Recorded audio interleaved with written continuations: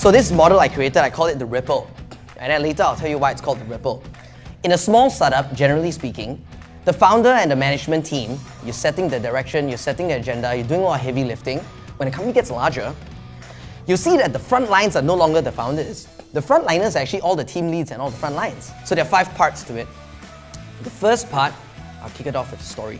So being a Chinese Malaysian, I go back for Chinese New Year every year. So I've got 2 hometowns. My mom's Singaporean, so I'll drive, my dad's from Johor. So we'll drive down to Johor, then we'll go to Singapore, then we'll drive back. Every year is the same. Every year, we will get lost along the way. For some reason, even with GPS, you know. So my dad, he's in the driver's seat. He's like much older, but he insists to drive, right? Even though he's got adult sons, right? He's still driving. He's like, you know, okay, I'm going to drive. Every year he's driving, he insists on driving. Every year he's getting lost. So my mom, every year, will complain about it. You know, she's the backseat driver lah, right? So my dad's the driver, my mom's the backseat driver. My mom would say, "Aiya, pa, all your son volunteer to drive, you still want to drive, you're an old man lah, you let your son drive lah, you know, every year also she'll get lost, every turn left, every turn right." Everything she says is 100% true. So my dad wasn't, you know, my dad is not listening so much lah. But then I've got my younger brother. My younger brother, he sits behind my dad, and he looks to me and he always complains, and he's like, "Ayo, this pa, dude, maybe we have to, he's going senile, you know, maybe, you know, like we have to do, you know." So he's there like bitching about my dad, right behind my dad, you know. He talks at a level just low enough so my dad cannot hear, but maybe my dad can hear, I don't know. So I call my brother the backstabbing backseat driver. Me, I try to stay out of it. I don't want to get involved, right? So we just try and survive. So I'm a passenger, I'm just along for the ride, right? I don't want to shake the boat so much, okay, I'm along for the ride. Now we take this, and we look at every company, every team. Even your university assignments also, you know, your professor puts you in a group of 4 or 5 people, it's the same dynamic. There's one nerd over there who's like driving this whole assignment, right? Who's kind of laying out the agenda, okay, we're gonna meet at 2 o'clock on a Tuesday. So there's somebody who wants to drive. The person may be right, the person may be wrong. Then you've got the backseat drivers, very good input. They'll tell the driver, they say, "Hey, look, I think if you really want to increase like liquidity for this category, like we've got to really think about XYZ. You give very good input." But there's also the backstabbing backseat drivers. In a meeting, they're quiet. Then later they're like, you know, this Alice, always want to Then over lunch, you know, the backstabbing backseat driver come up. Then some of us are just delightful passengers lah. We know Carousell is a fun place to work, culture is great, got free food on Friday, right? The ratio of driver to backstabbing backseat driver to passenger will dictate the destiny of the company. You'll see a lot of large companies where the backstabbing backseat driver is 90%. So some companies look a lot like that, and that's where things fail, and then they get disrupted by startups. But here's the good news. Everyone has a choice. Whether tomorrow you want to be a driver, do you want to be a backseat driver and just give some opinions? Whether you just want to remain a passenger, learn, see what's going on for a while, or whether you want to be a backstabbing backseat driver and complain a little bit later to offload your emotions or whatnot. And the more you make the right choice every single day at different moments, the more you're going to succeed in your career. It's a decision you make at every meeting, every day. What identity you play. That's yours, not theirs. Now the second thing after your identity is that there's another micro choice you can make that will dictate lasting change within a company, especially here in Carousell. Now, this second one, I'll tell you a story, okay, from my first job when I was an employee. We were at an internet marketing kind of company called Mind Valley. I'd go for lunch. And back then, everyone was watching Prison Break. I've never watched any of these things. So I was kind of a bit left out of my lunch conversations. But what happened was that there was another 2 individuals in the team. They were interested in the same things I was interested with. So what did I do? I didn't go for lunch with some people. I went for lunch with these 2 gentlemen. One of them was Yane, and one was called Mike Williams. So Mike, Yane, and I, every Wednesday, we made a commitment to go for lunch with each other. Then we started to create our own little format. We said, okay, each of us would take turns to share the most interesting thing we've learned in the week, you know? Then we, uninterrupted, you just get to talk on your own sandbox, and we just share, we just listen. We became like a support group for sensitive males, you know, come and like talk about their feelings, you know, like, oh, over the last week, you know. And so, is there an outlet for us? We're like, yeah, you know, so I was reflecting on this the other day, you know, became very philosophical. We suddenly found ourselves in a mastermind group where we were learning, we were sharing, we were reflecting. So across 1 year, every lunch was it was like a school of life, you know, every single lunch, because I found my lunch crew, my lunch buddies, right? And we were talking about things that really enriched us. Now, this story I share with you is because what you talk about with your lunch buddies has another profound iterative effect on your destiny in your career. There's a lot of dimensions to every human experience, and every human experience can actually be a conversation point that enriches you. So you look at this diagram, part 1 is your identity. You make that decision. Part 2 is the ripple effect of what you choose to do affects your lunch buddies. Now the ripple effect grows. Okay, what happens number 3? Right? A lot of you start assembling teams, a lot of new teams. And every team, there's an opportunity to set your own rules. You're creating your own culture, your own rituals between your team.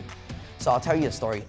So this is a very simple story. Back then, agile development was a kind of new thing sweeping the world, right? And then so one of my developers, he was a CTO at the time, Zumi, he said, okay, let's do daily stand-ups. Okay, so now it's very common practice, right? At the time it was kind of weird. And then every day the tech folks would stand up. And so at the time I didn't know what was going on. I walk in the office, I'm like, okay, I thought I bought them chairs. But they want to stand. Okay, that's fine. Okay, so I just sit down, see them talking amongst themselves, standing. After 1-2 weeks, right, everyone was curious, these engineers are standing up all the time, and then at the end of the day, it's standing up again, like, oh, what's going on? So, editorial team started to lean in to see what's going on. So, of course, they're doing their daily stand-ups. They say, okay, what am I going to work on today? What kind of help I need? At the end of the day, they debrief, okay, what were my challenges? They had their own ritual. Then the editorial team started doing stand-ups. Now, that was really weird, right, for editorial team to do stand-ups. But they augmented the ritual to say, okay, what kind of stories we have in plan, they augmented their own rituals. So suddenly the editorial team's standing up. So I'm going to the office, I'm like, shit don't need to buy chairs already. Everyone's all standing up on their own, and then suddenly ad ops, customer support, suddenly they're also standing up. Wow, this is pretty good, man. So it's kind of interesting, right, to see that the teams create their own culture. Culture is felt. Once you have your identity of a driver, backseat driver, whatever, you got your lunch buddies, then you got your team. What rituals can you create? Your choice. Nothing to do with your bosses, nothing to do with your managers. You and your team, you decide. Now, you've affected folks, you affected yourself, you've affected your lunch buddies, you've affected your team. How about folks from other teams? Okay, I'll give you another story. Okay, this will really date me, you guys will think that, oh my god, so old school. So, there's this one point in time where blogs were a big thing. So my boss at the time was going on a holiday for 2 weeks. And then he said, all right, Khailee, I want to have some gratitude, man. I want some appreciation between the company. People can thank each other. So I thought maybe some internal blog. Maybe you can spin up a WordPress, and encourage people to use it. And you think of something like, I'll be back from holiday in 2 weeks. You think about it. So I'm like, all right, okay, how can we use a blog to build some community within the company? So I was thinking about it. So I spoke to my lunch buddies. I spoke to Yane, who's a developer. Yane was like, oh man, I'm so sick of using PHP. I want to do more Ruby on Rails. I tell you what, I know there's WordPress, but let me code something. So, okay, yeah, but maybe it's not a blog. How can a blog really facilitate appreciation? It's kind of hard, right? Then we've another colleague who is a designer who likes designing useless icons in his free time. He's like, these micro pixel icons got banana, got burger, it's like, I don't know why he does this, but that's what he does. So he says, guys, I have a lot of useless icons. They were looking at him, like, so? Right? And so we came up with this idea that instead of having a blog to facilitate some kind of thing, we have a gifting platform where you can choose anyone in the company and give a random gift. The app was called One Up. So we press, whoop, hey, you got 3. You got a burger, you got a monkey head, and then you got a chair. Okay. So, okay, I give you a chair. Thank you so much for helping me with the AV. So it's random and fun and it's pixelated, they're kind of cool, right? It really caught on, everyone just wanted to give gifts for each other because they never know what random icon they'll get. And then for no reason, you just got this golden banana, and then you got the fish lantern, you're like, oh wow, and people are collecting all these random things. So it became really fun. You see a stream of appreciation. Years later, the app is still used, right? Now why did I tell you this story? Because again, no boss required. Sometimes you see something, you see an opportunity to express yourself creatively, you want to find a solution for it, there are these gaps. And there are multiple stories like this. As startups grows, right, gaps grow, So if you're just doing what you're told, right, there's always going to be a lot of gaps. So there is an active exercise of filling in all these gaps. And a lot of these gaps cannot be filled by your team alone. You always have to talk to another team and then the gaps will be filled. So this fourth part of the ripple is cross-team projects. Sometimes you will come for a Friday lunch like this and you may meet another colleague who you find very impressive, but they're in another team. you can come up with an idea, it gives you an excuse to work with this person, and who knows, this may even draw more resources. Later you could get more resources from management to fuel the project and it becomes something. You got stories like Gmail was created out of this kind of project, things which anyone at any level, no matter how soon or how long you've been at Carousell, you can do to create lasting change at the company.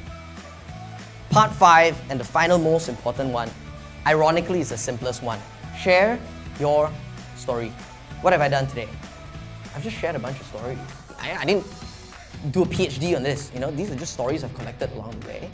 Stories that it's worked for so many people and happens in so many companies. I'm just sharing these stories. When something works in Carousell, you share that story. You let that go viral within the company. And it's going to inspire other people to do the same. But if you keep the glory and the story to yourself, nobody will ever know. When something works for you and your teams, share that story. All of the success stories that you have, these stories travel far and wide. So many success stories with so many companies. These stories are traveling the world, inspiring people to take control of their careers, to take control of their stories, take control of their jobs, change it, and then you change your company. Part 5, all I ask is you just share your story. Now, an epilogue. I tell you another family story. So when I was 15, my dad had cancer. And then so I didn't really understand it at the time what it meant. He was flipping through books and he's trying to like understand how to cure cancer on his own, right? And then so I'd watch him and said, you know what, this is quite sad lah. I mean, you kind of like, somebody's almost helpless, right? How are you gonna like fight this kind of disease? And then so I saw my mom like trying to search for things, trying to think of things, talking to different doctors, trying to figure it out. So the good news is that my dad, he had this crazy operation. He's got 1/3 of his stomach left, his joint, his intestines. You know, the doctor said, okay, max 2 years, you know. 18 years later, my dad is still like trying to get me to sell things on Carousell. Okay, so that's good news. He practiced a lot of Qigong lah, right? So he just went to Qigong. He's practicing Qigong every day. It miraculously healed him. He's volunteering, teaching Qigong to the world because it's changed his life, right? But in that phase, it made me realize something, you know, when I was 15 to 16. I realized, right, that all my life, I looked up to my dad, my mom, and then saw them as like these authority figures and this power distance. At that time when I saw them helpless, I realized that like, I need to take care of my parents. It was the first time in my life I realized that I need to take care of my parents. And to me, that was a turning point where I felt like I started becoming an adult. It was then I realized that, you know what? I need to stabilize myself. I need to take care of my parents. I became very proactive about parenting them. That's when I started really growing up. The same thing is with Sireh and Marcus and Lucas and all of your bosses and your leaders. The day you realize they're just as human as you, the day you realize they laugh, they cry, they suffer, they go through their own turmoil, they are humans just like you. And they are trying to figure things out, you're trying to figure things out, and then you say, you know what, maybe I can help them. That's the day you grow up as a person in your career. And you start owning this role. And you give yourself the power, even more power than them, because you realize the real harsh reality that they are powerless in the face of the ambitions that they've designed. Think of how to parent them, how to really engage them in meaningful ways so they have the information they need to collate, to steer. Everything that you feel like it's a problem, you solve it for them. So with that epilogue, right, the moment you realize that you're taking care of your parents, you become an adult. The moment you realize you're taking care of Sireh and everybody else, you really become like a very new adult in your career. And with this, your career trajectory, the story of your life, will be completely different. Everything I said today, you can do tomorrow. In fact, you can do it today. I mean, you just had lunch. Everything is already within your hands. Thank you.